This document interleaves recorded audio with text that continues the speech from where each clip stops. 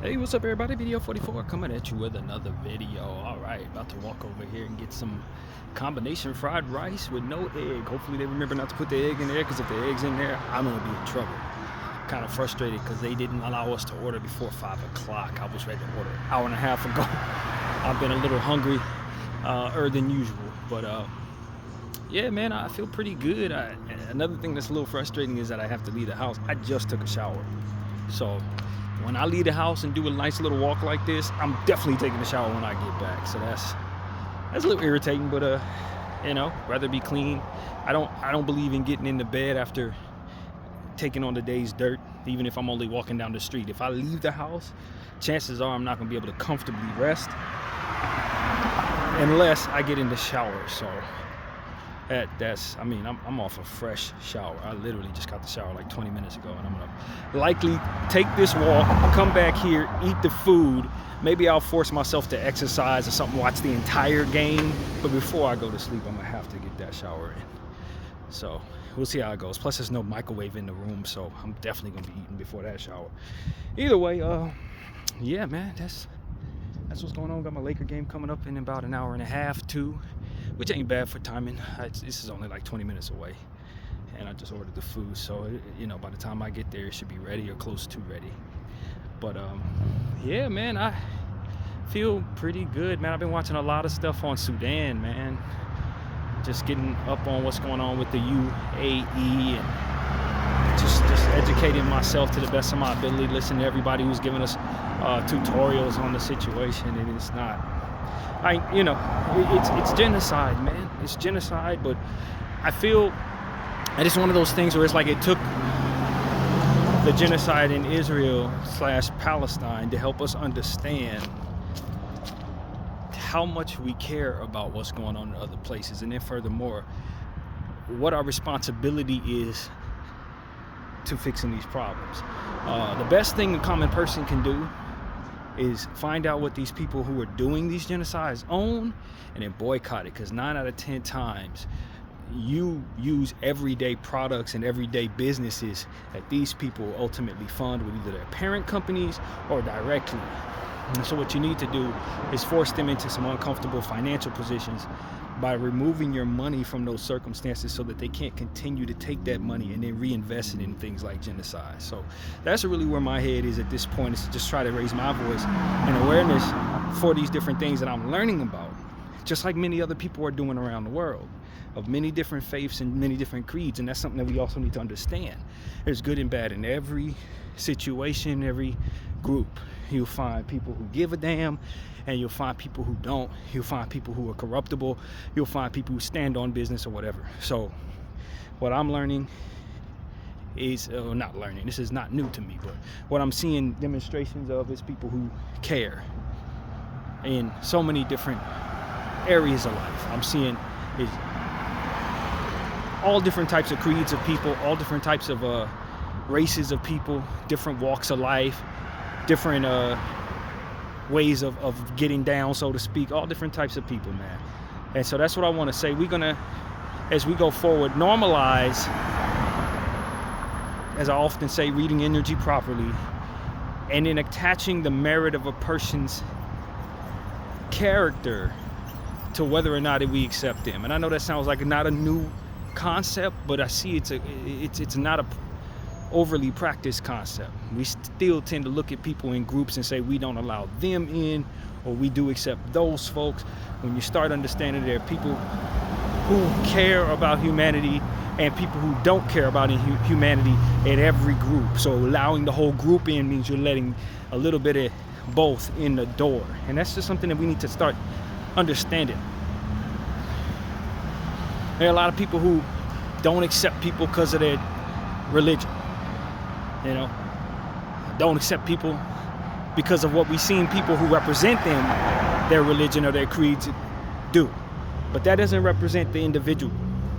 That doesn't represent the individual. And if we want to honestly judge people based on how safe we are in their presence, or how safe our children are in their presence, or how willing they are to help people or whatever, then we got to stop looking at entire groups and saying, yo, those people are good, those people are bad, because you're going to find good and bad in every group.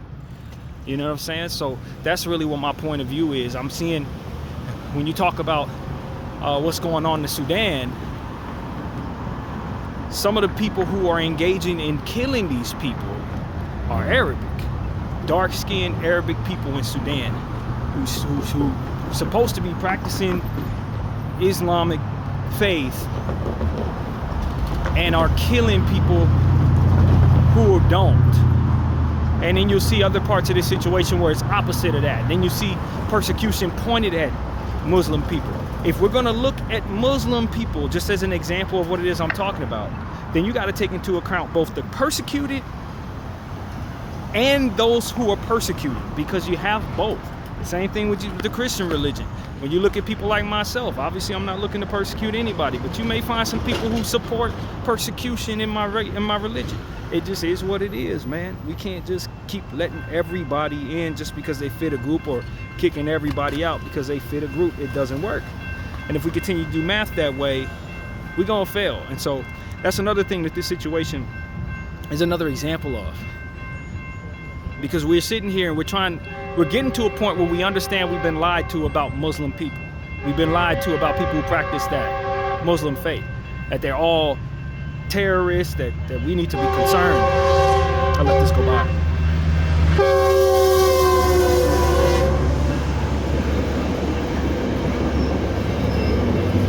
That we need to be concerned about our safety when we see them get on the plane with us. That we need to be concerned about our safety when we see them get on the train with us, or whatever. You know, if you see a person wearing a turban, it's understood, oh, okay, this person may be bombing you, this person may this, may that. We've been taught this so much for so many years, till it gets to a point where we don't question it. And then you start to realize, beyond a shadow of a doubt, that is not the entire truth, because there are people who are being persecuted, who are being lied upon, who fit that description, so to speak. You start to do homework and you find out that, no, they're actually the victims in a lot of cases. And that it's the smearing of their name that ultimately pushes forth a lot of those stereotypes. It's them being framed in a lot of cases which have made that stereotype so popular. It's people who are pretending to be representatives of their religion, doing things in that nature. We're actually from other places and not being properly identified. This is what this has taught us. But as we go forward, we allow ourselves to understand that they too have people in their group that are bad people. You know what I mean? And it's not as simple as saying, okay, now all of them are great human beings and all of them are victims and they've never done anything to anybody. That's not true either, because they've had people in their representation that have been awful human beings. You go to any nation, any country in the world, and you're gonna find some people who are mentally ill, who do horrible things. You're gonna find people who just don't have no morals, broken individuals, all different types. And you're gonna find people who care, people who do good for others, people who dedicate their lives to others, etc. It's not a perfect science, and if we start thinking groups represent behaviors that are consistent, we start failing to identify who's friend and who's foe. So that's really what I want to say in regards to just the broadened understanding of what it is we're looking at. Human beings, just that. We're human, and some of us care more than others. Some of us are more healed than others. Some of us have more trauma than others, etc. Some of us are more ambitious than others, and various different things that you can apply to that. People are people, bro, at the end of the day. And I think that humanity needs to be stood up for, and people who are good need to be identified properly, and people who are bad need to be identified properly, period. And children need to be given an opportunity to be guided in a way that doesn't lead them toward being bad people. And I think that that's also part of it. A lot of the people we're seeing doing the worst things are being raised to do the worst things. They're being raised to believe that the only thing left to do is persecute others for the sake of themselves. If you raise anybody with any ideology, they're gonna follow it. You can raise that same child to believe that they need to take their shirt off their own back and give it to somebody else every time they see somebody. There'll be no kids walking around with shirts on their back, because they'll understand that it's most definitely acceptable and appropriate and most necessary that they behave that way. You can reach people a lot of different ways with a lot of different ideologies if you choose to. And I think unfortunately there's a lot of us who care a lot who are not in touch with those who've never heard of being unselfish, who've never heard of being a humanitarian, who've never known of anything but what's in their surrounding. And a lot of those surroundings are tainted in one way or another, teaching people how to hate one another, how to hurt one another, how to destroy people, and how to be warmed inside about that. How to take what they need so that they can then find themselves at peace or whatever. And that's not the only way. And I think we all need to be taught a different way if that's what it comes down to. You got to be taught how to care about people, how to give a damn, etc. And that's not something that everyone's going to have, but we do need to start reaching people better in different places like Sudan, like Israel, if I'm being honest with you. When you have a solution that is found in compassion and it hasn't reached people have never heard of it, and the only thing they know is what they've been taught, and what they've been taught is no good for the rest of us. At the end of the day, they have to be introduced to these ideas. They have to be introduced to the norms of treating people right, of sacrificing a little bit for yourself so that everybody can eat, of caring and taking the shirt off your back and giving it to somebody else. They have to be taught that, just like we were taught that in our own little societies, if we know it. That too needs to be taught. You know, ignorance, conditioning, culture, these things need to be approached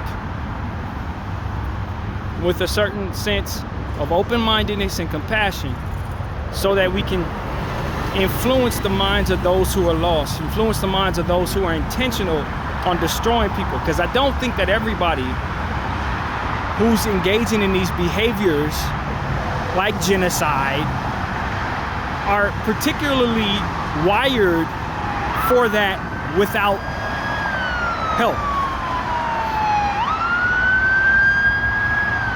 Not everybody. Now, occasionally you'll find a few sickos, madmen, crazy people who were once kids that hurt animals for fun. Those people are wired a little different. That's just what that is. You can put them wherever they are in the world and they still gonna find a way to do something evil to something. They're gonna find a way to inflict pain. People are wired a certain way. But when you have entire facets of human beings that all are in lockstep with supporting the genocide of others and being at peace with people suffering, that's an influenced mind. That's an influence upon them. And they need something to influence them in a different direction. Some are too far gone. But people, if you influence children with compassion and the culture of love, they can run with that just like they can run with hate. They can run with that just like they run with violence. They can run with that just like they run with stealing. They can run with that just like they run with idolization of objects and wealth and classism. You could teach a kid anything, and there are people out here in this world for their own intentions, factions out in this world for their own intentions, that are purposefully teaching and influencing a culture of violence, murder, and all these different shameful acts upon ignorance, upon people who don't have anything at all but the pain in their hearts and the hunger in their bellies. When you reach a bunch of poor people who don't have anything and you give them a culture like that, yeah, they're gonna get really good at behaving however you teach them, and that is what we need to start identifying better with all of the tools that we have in 2025, and influencing, whatever, reaching those people in whatever way we can. And then, like I said, when you run into some crazies, it's just crazy. You gotta handle them a certain way. But there are gonna be a good portion of people who just need to be influenced or nudged the right direction or inspired the right direction. And you press the right buttons, you can change a nation. you influence them properly, and you discipline people properly, and you encourage people properly, whatever that looks like, though I don't have the answers, I know what the solution should be in that regard, you will be successful in turning things around. I don't think that you can effectively do this by just approaching it one way. You can't just approach it with violence. You can't just approach it with kindness. You gotta take every case for what it's worth. And you gotta be able to learn about people before you can actually teach anybody anything. Because if you don't know who you're dealing with, then you're not gonna be able to really reach them. And so it requires greatness to be manifested in those areas. And I don't doubt that there's a possibility that can be found. And what I mean by that is there are going to be people in those situations who are going to be wired to influence the rest of their people in a different way. That is needed, and hopefully that'll be what you find. But it's going to require people to identify those individuals and then influence them, to influence others. We got to change the world, and we can't say that it's impossible to do or it won't be possible to do. We have to start the process of turning things around all over the world. We can sit up here and complain about what the world looks like and how awful it is and how ugly it is and how violent it is. It took a long time to get people to be this way. It took a long time to get people to go along with these things and make it that way. We're gonna have to start the process, the long time process that's gonna turn it around, man. And with these tools that we have, this social media and stuff like that, we can do it. We can do it. It may take 100 years, it may take 200 years, but we can do it. I don't think humanity has to suffer the fate that ultimately it looks like it's gonna suffer. Because as they started the process of making this awful stuff that we're seeing normal, so too can the process of be started that makes it abnormal. Culture, art, empower people who are great at influencing others. We have to reach some of these most influential people. There are people in this world, and for whatever reason or another, people gravitate toward. Unfortunately, in a lot of cases, especially in our country, some of those people have been influenced so poorly that when they reach others, what they're reaching them with is more of the worst of cultures. Anomalies that garner great attention for reasons that are unknown. I think about guys like NBA Youngboy. You know, if that individual who garners immeasurable traffic, no matter what he does, had the thoughts in his head that would change the world for the better to end genocide, he can influence an entire generation just based off of the attention that he garners. I don't know what makes him who he is. I don't think anybody, including himself, really knows why so many people turn to him organically. You don't have to do any bot farms or nothing for that dude. The love is real, the attention is real, and it's an anomaly. If he were humanitarian instead of a gangster, he could change the world for the better. He doesn't know any of that. He wasn't raised with any of that. And that's where we as a culture have failed. Because every once in a while you get these type of people in the world, and if they're not embedded the right stuff in their head and influenced, leaning in the right direction with what it is that comes naturally to them based on culture and what they understand, they're just going to influence people the wrong way. We need to start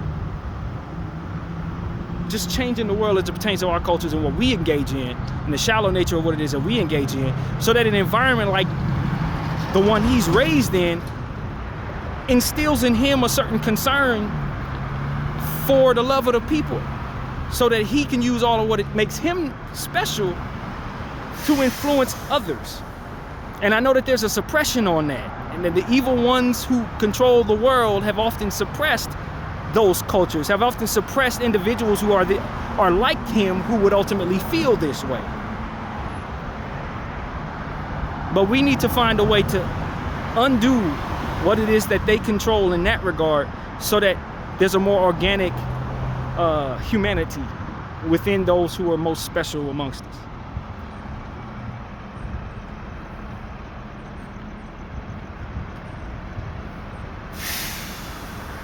We need to bleed through the suppression by making it more normal in more places to care and be concerned about things that matter beyond our own circumference.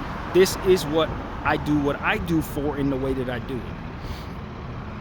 I talk about things that matter to me, and I talk about things that matter to the world on the same platform, on the same channel, no separation, so that we can bridge the gap that separates the normalcy of humanitarian concern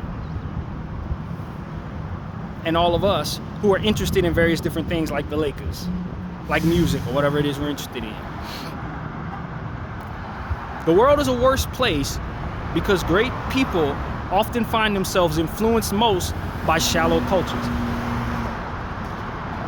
By great people not being concerned with making the world a better place, but more so continuing to pass forward the relay of what makes this place a very painful one.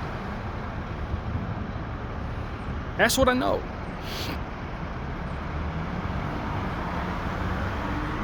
And so we need to do a much better job from person to person of reaching others so that we can change the environment, the tide on what influences some of the greatest of us.